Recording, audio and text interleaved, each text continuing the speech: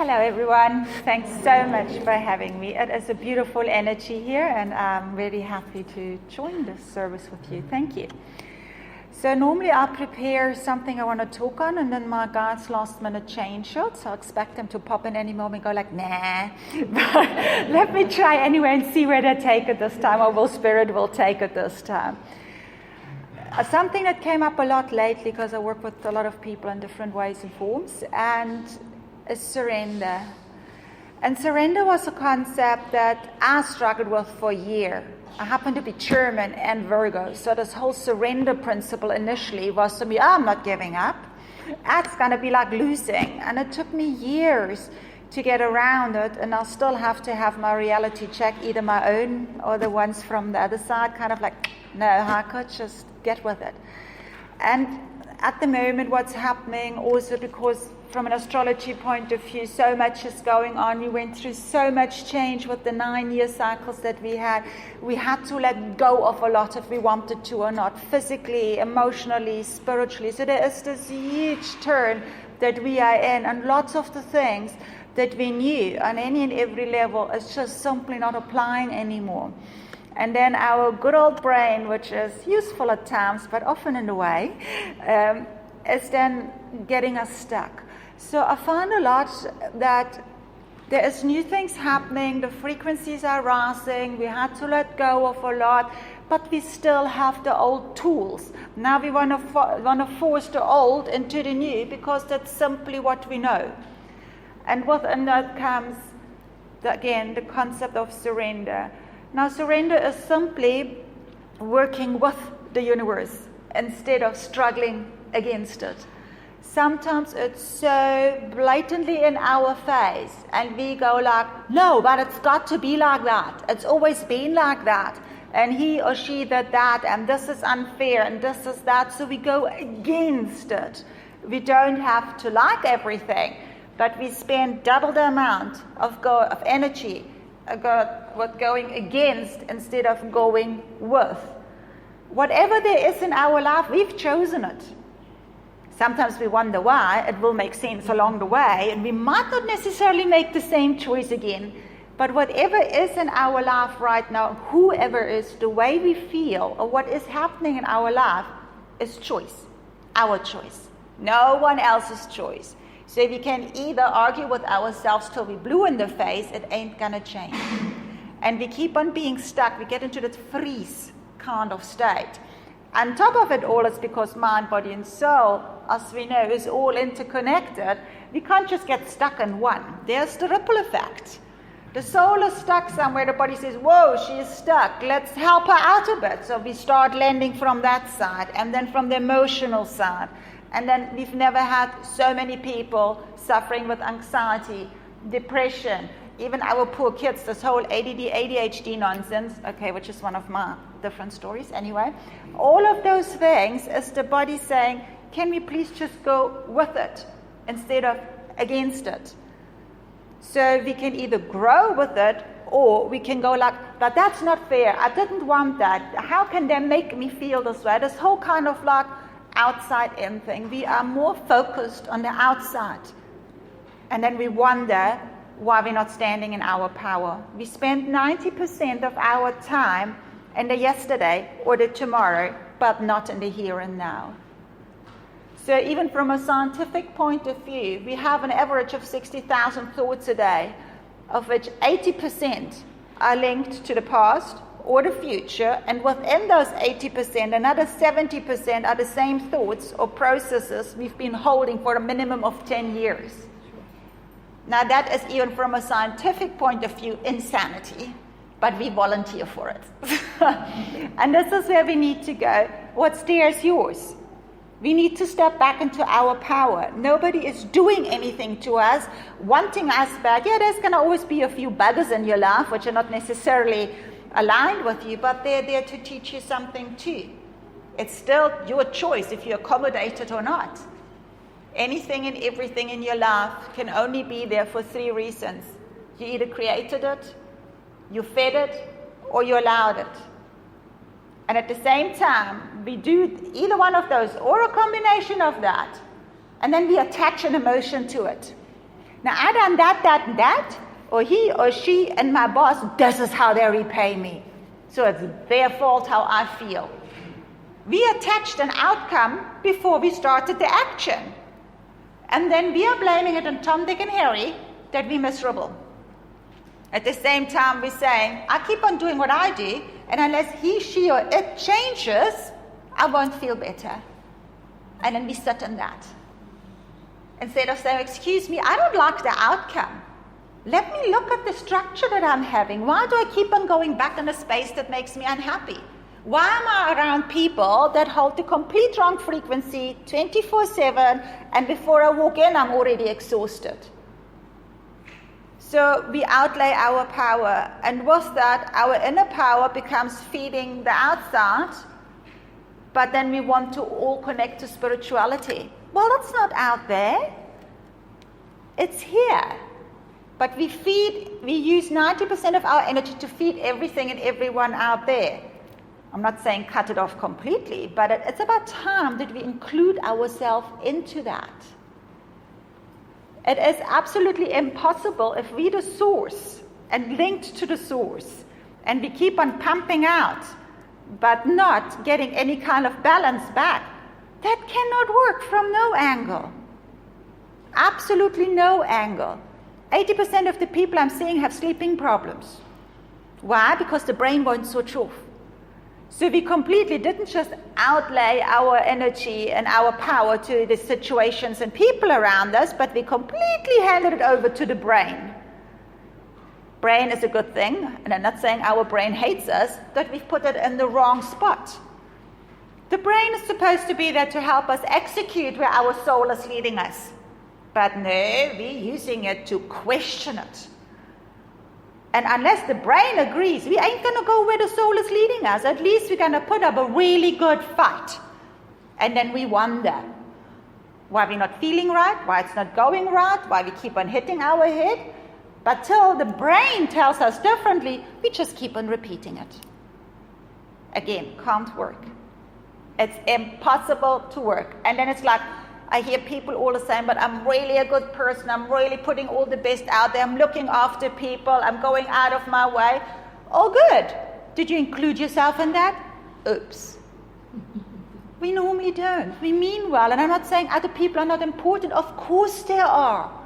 But how authentic is it if we automatically saying everyone else is more important than me, everybody else counts more than me? It's not authentic. Because then I start identifying myself through what they throw back at me. But I want to have this amazing spiritual journey, but 90% of me is in fractions out there. How is that supposed to work? And then we have this whole thing of control. Because if it doesn't work the way it should, then we will micromanage it till it does work. Which it normally doesn't, because it will just really buy more time of it not really working your way, but we're entitled to that. So we get into micromanaging, and I'm not excluding myself from it, because I can be very good at that. And then comes a point where I'm completely exhausted. I'm like, whoa, hold it. Am I going with or against the flow? And plus it's flipping exhausting. So this is where surrender comes in. Step back. Just be. We have become human doings. We just have to be. There's nothing to prove. Absolutely nothing. We're chasing outside approval one way or the other, and all of us do. No matter what you say, all of us do. Some more than others, but we all do. And there's nothing wrong with getting nice outside feedback. But that should be like the cherry on the top and not your essence.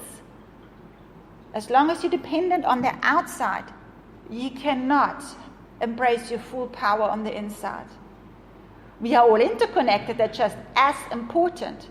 But why take yourself out of that equation? It's kind of like this whole wheel, everything goes into everything. It's like clockwork, all of us. And then you are oiling everything else in that system, but you stand still.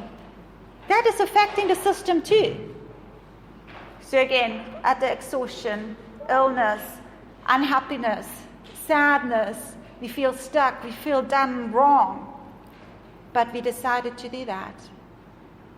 We need to come back into the now, because we can only surrender in the right now and the right here.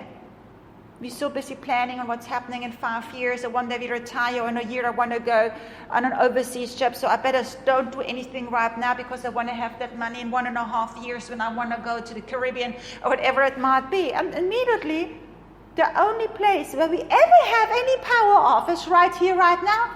We've given it away again. We, right now, even sitting here, and I know you've got very spiritual people here, have interest, and we look at a lot, and we read a lot, and it's a journey.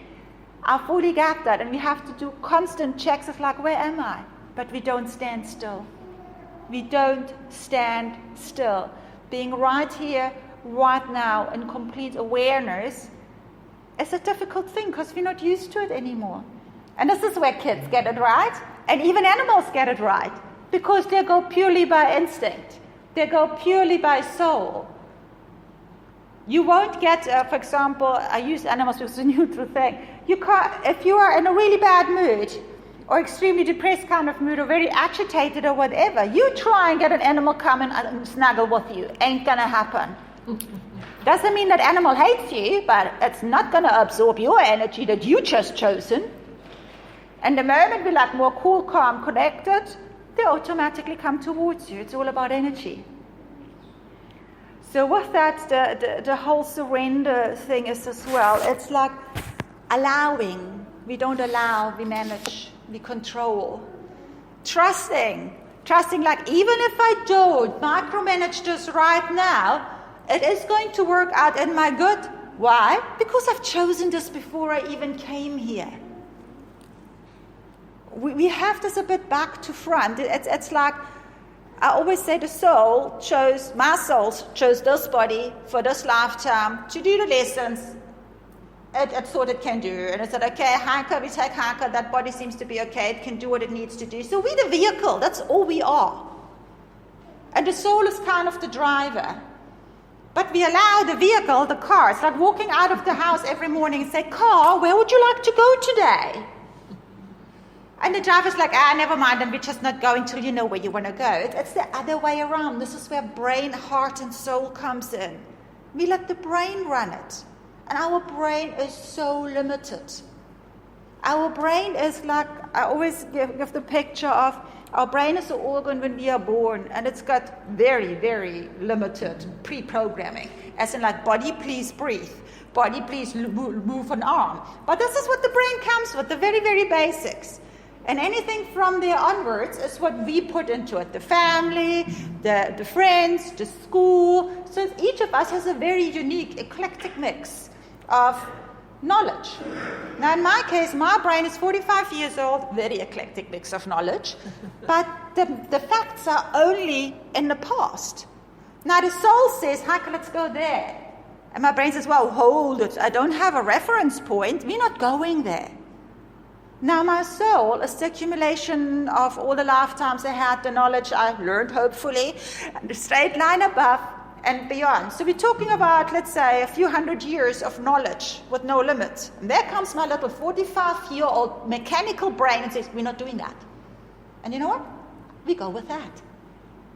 And unless we get this brain of ours to explain what the soul wants from us, where it has zero reference points to, we won't change a thing. It can't happen. It's like asking a 5-year-old to explain a varsity professor's thesis to you. And unless he can do that, I will just stand there and you can't make me. So the brain is good. It doesn't hate us, but we need to put it back into the right spot. And this is being in the here, being in the now. We get sidetracked with stuff, with things out there. And then we get sick, for example, and that becomes all about that. That's just the body giving you a message going like, hello, can we please look at the blockage? Not please concentrate solely and exclusively on me being sick right now, because that's not just became who you are. Oh no. Or you can invest into that. You will have a very hard time, but you can. Free will. So, and especially now where we are in, standing still and allowing will bring the power into the right place, and with less resistance, it's an easier flow. We don't have to swim upstream. We choose to. The flow is there. If we go this way or that way, it's up to us. I'm not saying it's always clear flowing. There will be a stone here and a little boulder there, but you still don't have to go against it. I mean, trout does that, I think, and we know how that ends. So it's our choice. And sometimes standing still automatically gets us in the flow. We don't even have to swim with the flow. The flow is there. It's just let it go. Stop controlling. Be here. Be now.